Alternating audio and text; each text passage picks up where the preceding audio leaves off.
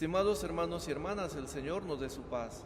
En este segundo domingo del tiempo de Adviento, la liturgia de la palabra nos invita a reflexionar sobre la esperanza del cumplimiento de las promesas de Dios que se manifiesta a lo largo de la historia para hacerla una historia de salvación.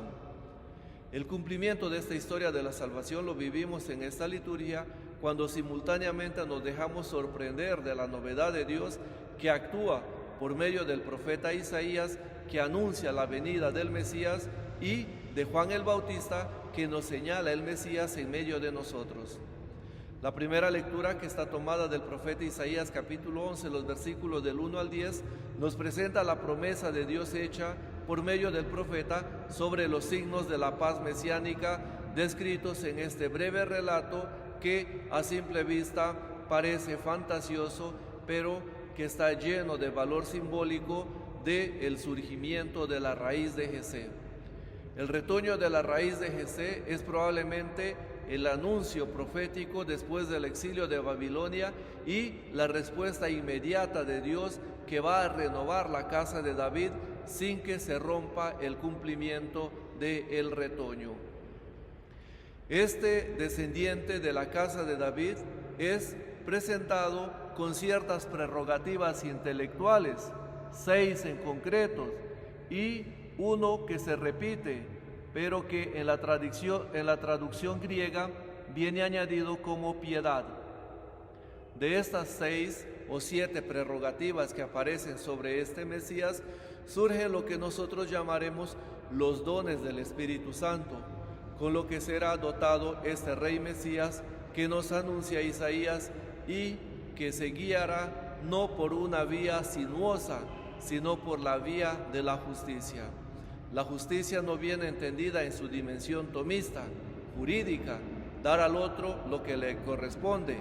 Implica esto, pero esto no es el fin, sino el reconocer en el otro la participación de la creación de Dios y concederle la posibilidad de vivir y de realizarse como criatura. Por eso nos dice que el Rey Mesías va a gobernar con el cetro de la palabra. Esto hace ver que el Rey Mesías no será igual que David, tampoco sea un ejercicio del reinado a la manera de David, sino de otro modo. El arte de la palabra es el que sostiene el ejercicio del gobierno de este personaje que nos relata el texto de Isaías. Con el arte de la palabra, Dios modeló la creación, y también nosotros sabemos que la palabra de Dios se hizo carne para habitar en medio de nosotros. Después de la cualificación del Mesías Rey, con el Espíritu de Dios que reposa sobre él, ahora viene la instauración del reinado de este Mesías Rey, que ejercerá su gobierno como era en la creación antes del pecado de Adán. Con este anuncio mesiánico, el profeta Isaías quiere decir que el tiempo mesiánico como Kairos, es decir, el tiempo de Dios, se realizará no solo en beneficio de las personas, sino que la instauración del reinado mesiánico abarca para toda la creación. De allí el interés del profeta de anunciar 5 animales feroces juntos a los otros 5 animales de sacrificio que nos evoca la paz universal.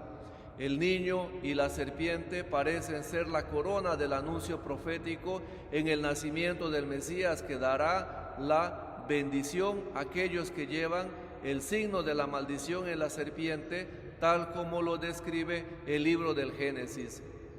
Esta bendición se consumará cuando con su muerte y resurrección este Rey Mesías destruya el pecado y la misma muerte.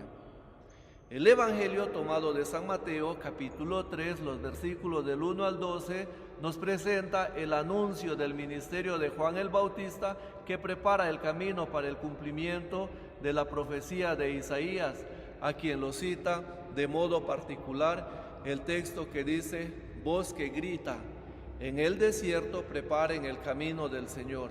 Por el mensajero que ya se encuentra en el desierto, cuando el Evangelio de Mateo dice: voz de uno que grita en el desierto, preparen el camino del Señor.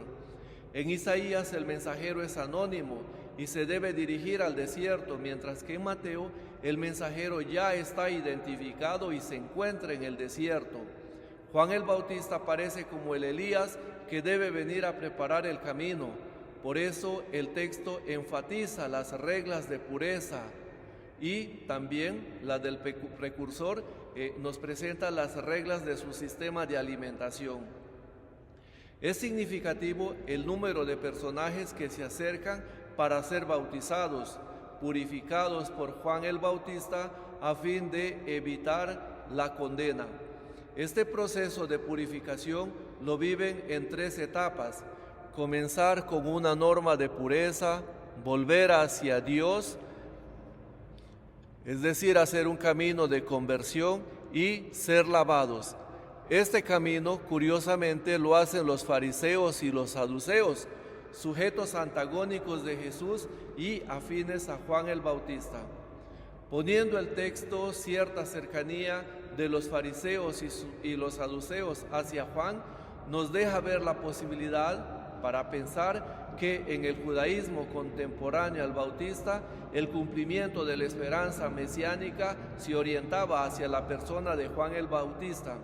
Por eso se dice o nos hace ver claramente la decisión de Juan de renunciar a toda pretensión mesiánica y colocarse en la línea de aquel que prepara el camino para la venida del Mesías, y que él no juega un papel relevante, es decir, no es digno de desatarle la correa de las sandalias como una clara alusión a la renuncia de la ley del levirato. Así el texto presenta a Jesús como el novio que entra al banquete para inaugurar el tiempo mesiánico, tal como nos presenta la segunda lectura, que está tomada de la carta a los Romanos, capítulo 15, los versículos del 4 al 9, donde el apóstol San Pablo nos exhorta a tener siempre presente que Jesús es el único que nos une a todos a la mesa del banquete del reino que se comienza a degustar en la celebración de la palabra y de la Eucaristía. La gracia del Señor nos acompañe. Buen domingo, paz y bien.